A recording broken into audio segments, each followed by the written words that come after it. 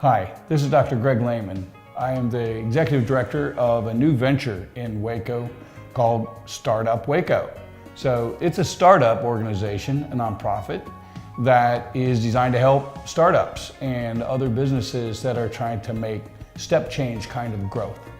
For the past several years, I've been leading an effort at Baylor called Launch. It's a business accelerator designed specifically for technology-based companies. And over the last several years, I've had the opportunity to coach over 100 companies through their journey. And so today I'm starting a series kind of based on some of that experience, because one thing that startups have to do a lot is pivot. And the reason they have to pivot is because they're on a search.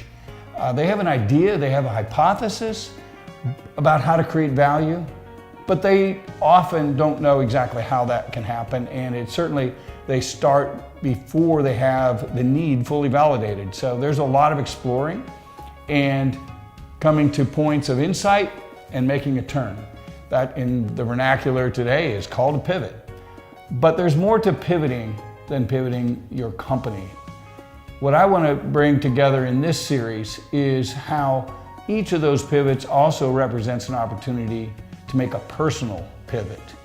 And I'll share a few things from the pivots along my journey that have helped me capture some essential insights that I hope will be applicable to you and that you can think about as you reflect on your own journey, whether you're an entrepreneur or another kind of explorer.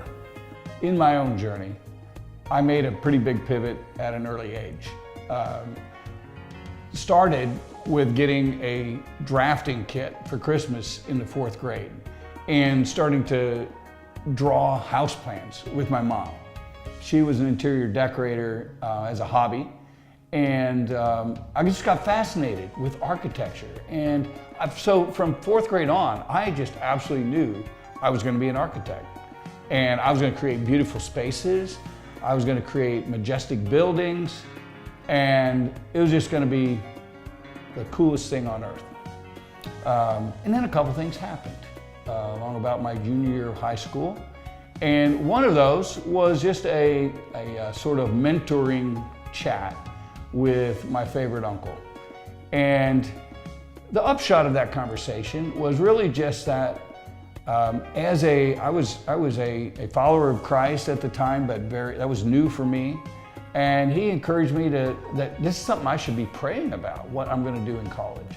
And that was kind of a new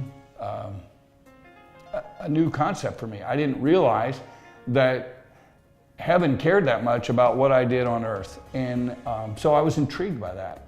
And then I got an invitation in the mail from Purdue University to come and spend a week on campus that summer and find out about engineering. I thought engineers were the boring people who would probably have to build the stuff I designed.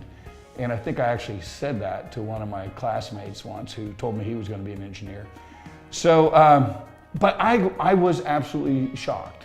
What caught my attention that week was I found out that chemical engineers in particular were going to be needed to solve some of the most important problems in the whole world, whether it was food or medicine or energy or the environment. I mean, chemical engineers got to work on all the best problems, all the most important things. And what ended up happening to me is I found out that I actually was inspired by that in a way that went way beyond what I was inspired about architecture. I was very interested in architecture and I loved doing drawings, but it didn't do something here like the idea of working on these problems did.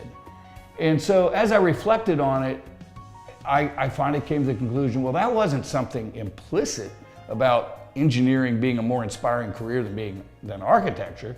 It was a message from heaven about what I was designed to do. And I pivoted.